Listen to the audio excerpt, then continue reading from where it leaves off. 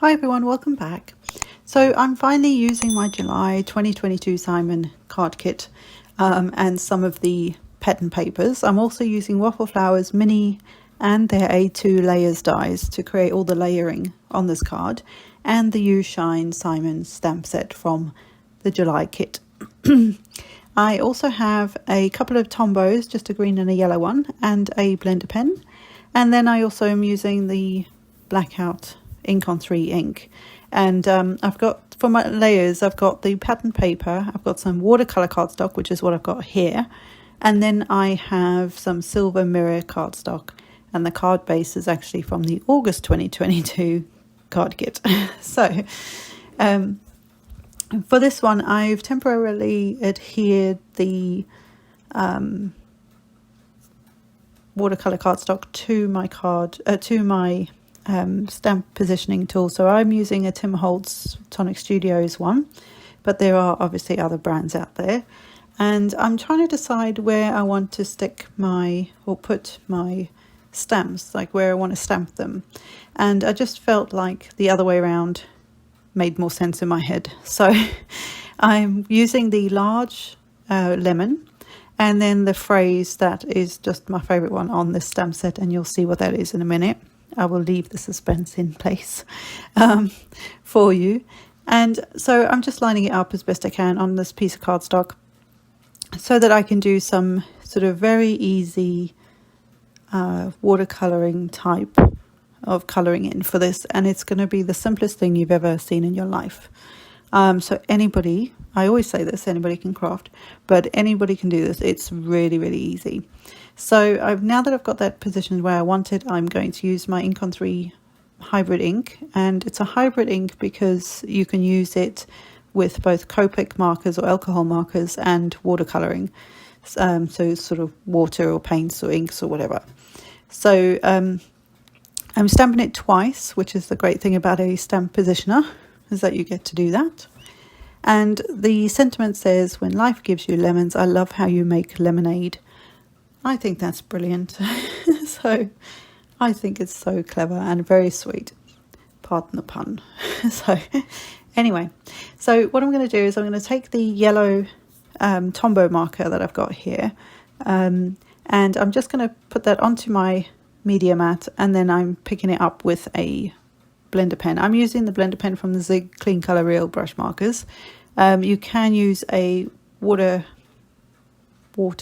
aqua marker thing that I never know how to say the name of that thing, or a paintbrush and water works just as well. With a paintbrush and water, you probably get a slightly different effect to the marker blender, just because the water will help you move things even more than the marker. The marker, there's a bit more control in some ways, but as long as the marker is quite juicy, you should get a good blend going on. So what I'm doing is I'm taking the ink from the glass mat and starting from the outer edge and then pushing it into the center.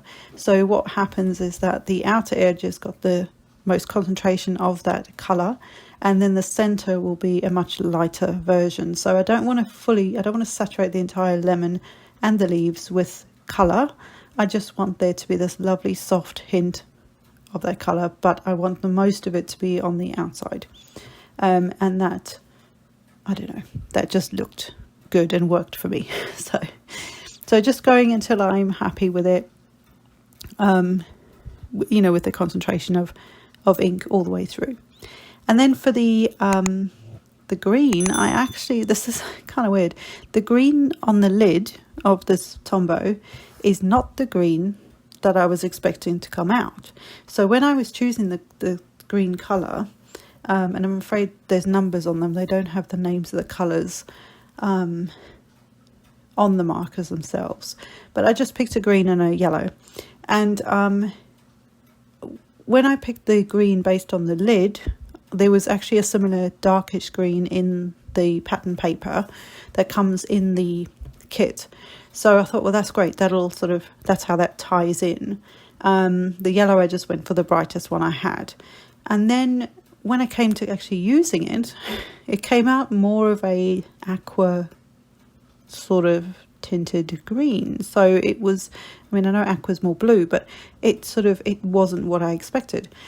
But actually it works even better than I think the other green would have, because the patterns in the paper, the colours in the paper pack are very, you know, there's the yellows, but there's also this sort of aqua kind of colour. So in the end, I love how it turned out. It works even better than I thought it would. So sometimes, you know, happy accidents. I will have to make some colour swatches of all the colours of Tombows that I do have, just so that I have a much better idea, and also on the paper that I would typically use with them. So now that that piece is done, I'm going to simply layer all these layers, layer the layers onto each other. And so I can't remember if I said, but I've got some silver mirror board, mirror card, whatever you want to call it. And all I did was I used the dies that I showed you at the beginning. I used those to figure out what size, say, my stamps were going to fit onto, and then just use the next die up in size to give that layered for the layer. Excuse me. So I'm just going through and using some adhesive runner. You can use any adhesive you like, and just popping those pieces together. So this is one of the mini slimline ones, and actually it works really well. That mini slimline from Waffle Flower and the A2 size dies work really nicely together. I've used it on a couple of other cards as well already, and you can actually find some of the slimline ones will actually fit the width or the length, depending which way you're looking at it, of the A2 ones, and so you can just do some really cool easy layering.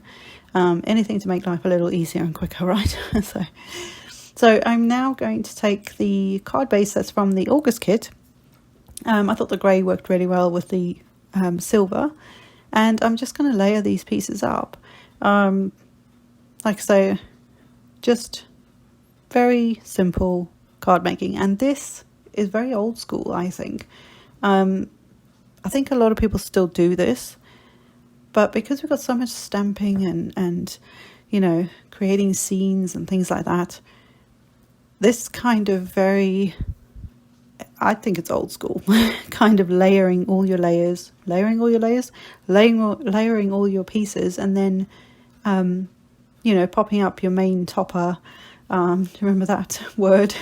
For me, it's from when I first started crafting. Like, this is what everybody did. You layered all your layers, you used lots of pattern paper, you used lots of different mirrors and holographic cardstocks. And I know we still do that now, but it's just kind of like, I kind of wanted to go back in time a little bit with this one. But I really like how it looks. It looks really cute. So I got a whole bunch of pop dots on there and I just layered them up where I thought they looked best. I have the slimline sort of equal distance on the left of that main panel, and then I've got the stamped image sort of in the middle of the slimline piece, but also the same sort of distance from the right hand side as is the left hand side, if that makes some sense. So there you have it, guys. Very simple, old school, but very cool little card, and I hope you've enjoyed this, and I'll see you next time. Bye for now.